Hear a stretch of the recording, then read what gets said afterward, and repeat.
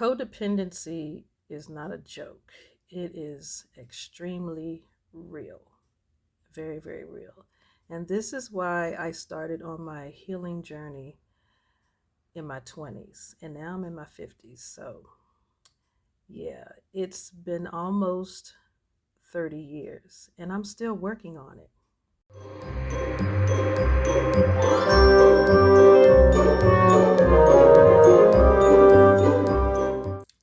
And I'm back.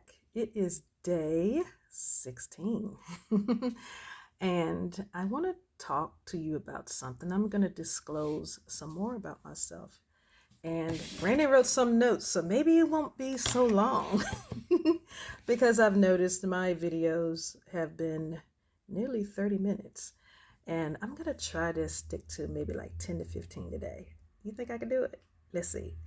Anyways, codependency. It's a demon I've been fighting since I was a child. As I told you before, I was exposed to abuse at a very early age, and I developed codependency during that time. And what happened was, because I'm the oldest child, at the time I was oldest of 3 girls. And I was also the oldest of, it wasn't 18 of us grandchildren at the time. I don't even think it was about 15 at the time. I think it was just the first 8 of us born, 8 or 9 of us born at the time, maybe. But anyways, I developed codependency, and I did not realize that's what that was until I was almost 40 years old. I was almost 40 years old when I realized that's what that was. And how it affected me was, you'll know when someone is codependent when they have like this savior complex, like they can help everybody. They just always feel like there's somebody's engine number 9, and it's something that consumes their whole being. Like they can't help it. And because the traumas that I endured and was exposed to, I felt like I needed to help save everybody, because the person or people who I looked to for safety and rest and comfort, they were being harmed. And so I felt like, being the oldest, that I had to step up to the plate. And so that's what I did. And I was always doing it. Always. And because trauma was always there. And I had to help out. Because my younger sisters, they were extremely scared. They stayed nervous all the time. They were crying. And I wanted them to feel safe. And I felt, as the big sister, I needed to help out with that. And so, savior complex, that's one of the sure signs that you or someone you know may be suffering with codependency. The next sign or thing that you would notice of someone who deals with codependency is they always thinking of someone else or other people. It's rare you ever hear them talking about what they're doing for themselves. They're always talking about they got to do this for this person, this for that, or my kids need such and such and such, or my sister, or whatever, or my job needs me to do such and such and such, and they act like they can't make it without me. Yeah, that. You never do anything for yourself, and it actually consumes you, and you don't realize it. It really does consume every fiber of your being. It really does. It affects your mental health, because you do feel drained. It affects your mental health. It affects you financially, because you feel like you need to take care of everybody, and it affects you physically. You're always tired. Sometimes you feel a lot of pain because you're carrying their burdens. You're carrying things for them. And what makes no sense is sometimes you don't just do it for the people who actually need you. You do it for people who don't need you, who don't need support. It's you get fixated on something is wrong and you can fix it. And you so fixated on that. And it affects you emotionally. It does. Because sometimes I would try to not help somebody.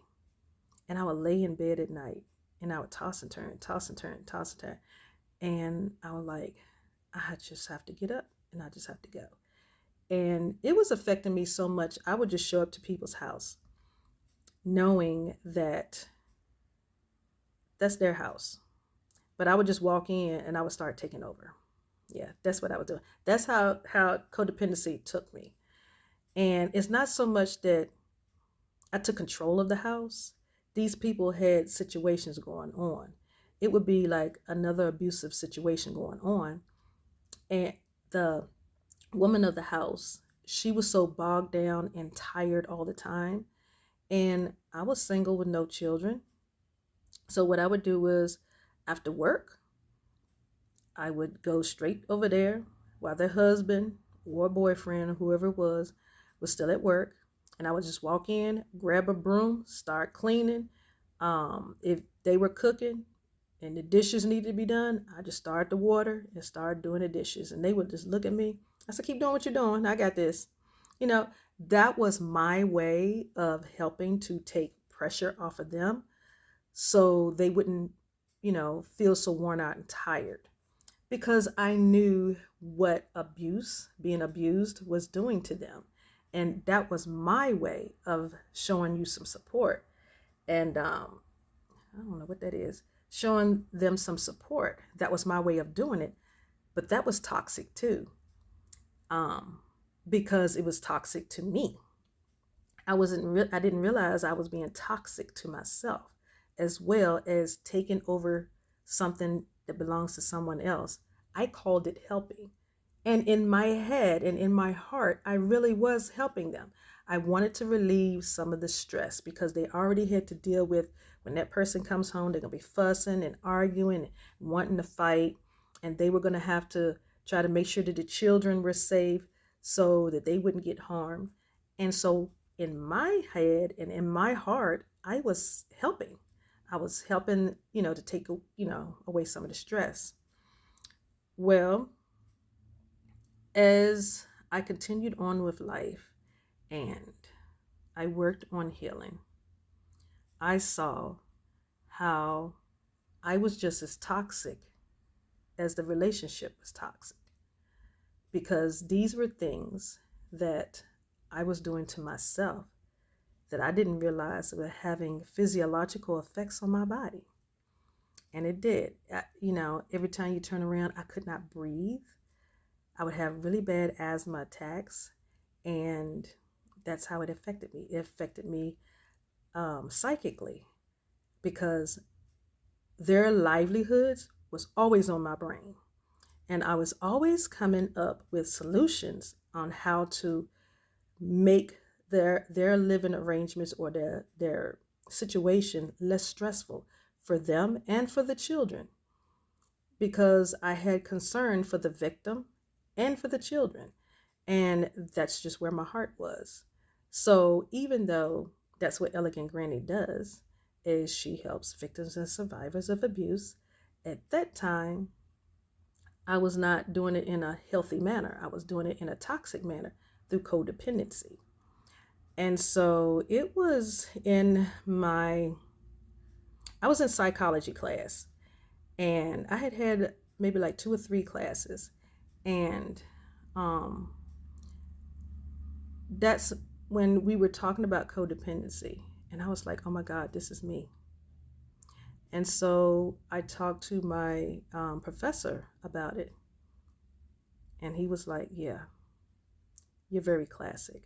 And because of the traumas that you were exposed to, it was normalized. And in your head, you're trying to fix it. And he said, what makes it easy for you He said, you realize that's what that is. And I said, that means I have to think about what I'm going to do about this now.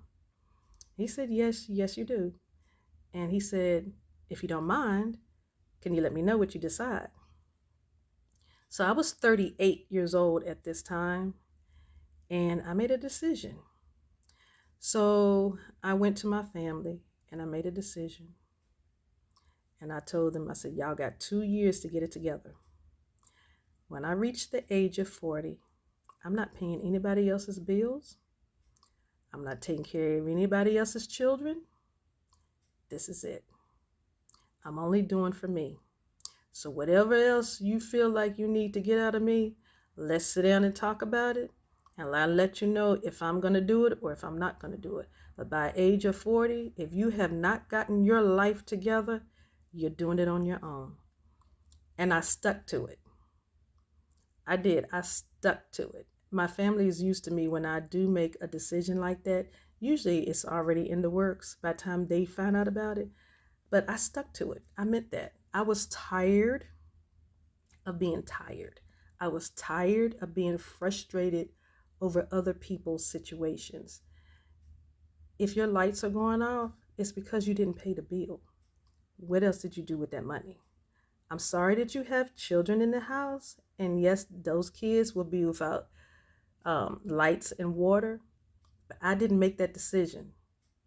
I did not make that decision. I did not make the decision to have those children, to be responsible for them. I did not make the decision to put the money somewhere else. I can't help that. And it's not that I don't care. It's just not for me to take care of. That is for you. So I made a decision. And my immediate family knew I was not playing. I was not playing. They know when I speak up and I say that, I am not playing. And so that's what happened. That's exactly what happened. And I went back to school. I went back to college. And I got myself together.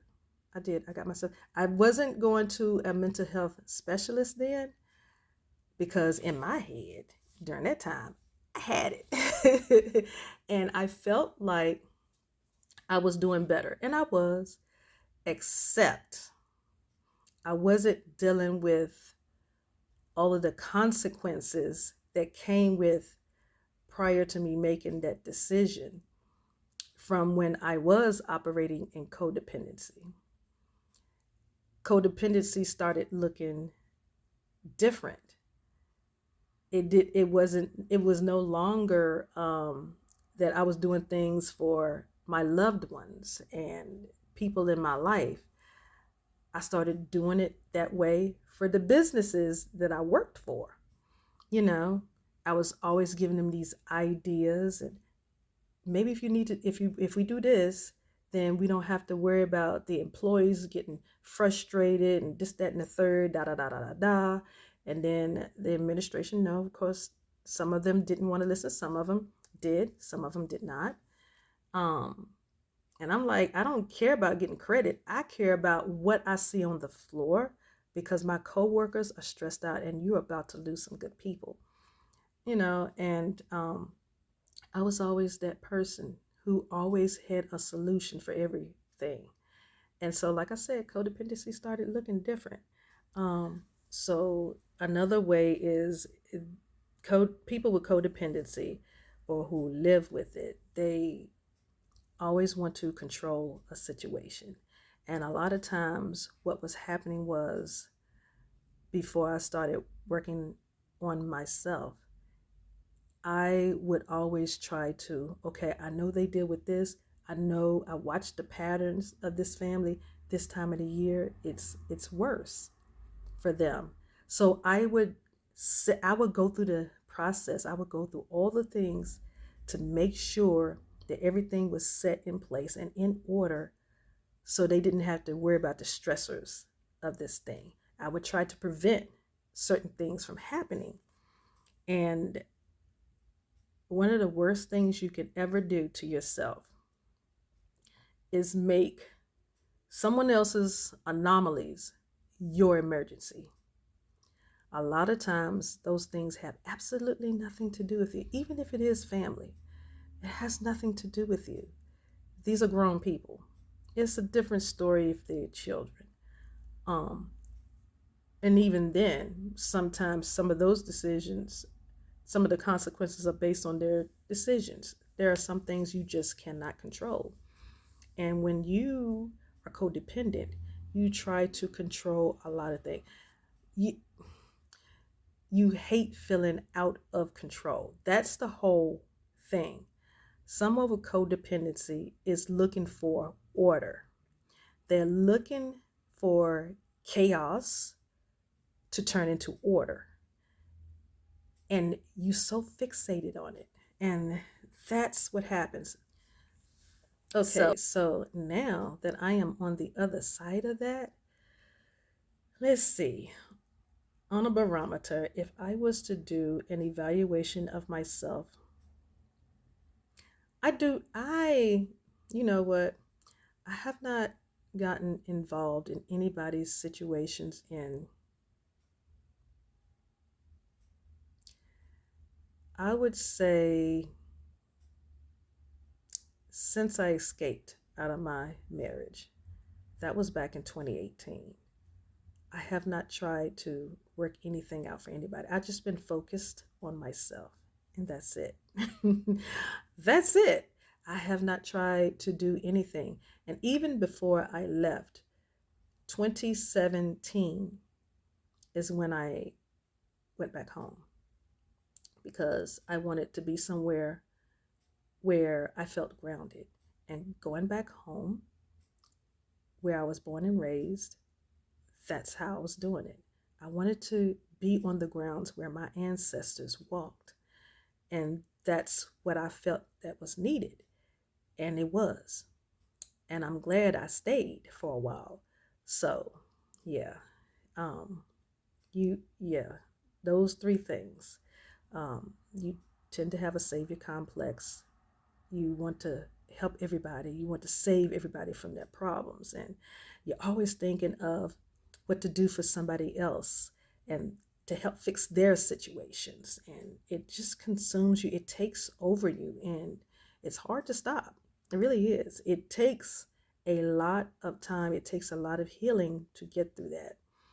And that was the reason why when I left my ex-husband, I decided to do some mental health therapy. And I found one, and we talked about a lot of things. We even talked about that too. We did. We talked about that.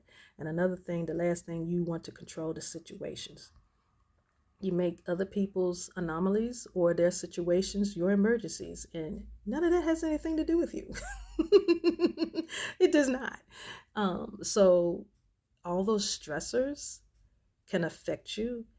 And while you're worried about someone else's situations, they're not as worried about it as you are.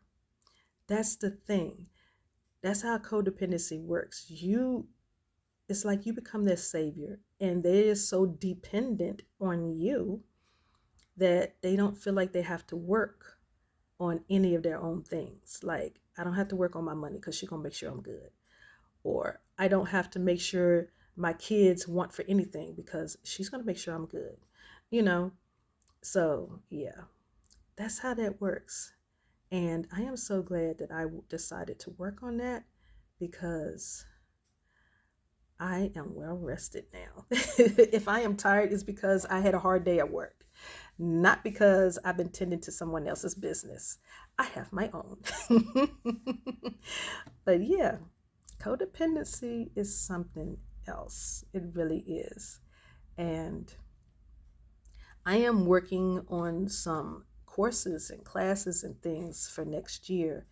And one of them is going to be on codependency and some things that you can check yourself and to, you know, check in with yourself daily, y'all. Seriously, check in with yourself to see how you feel it and why you feel that way.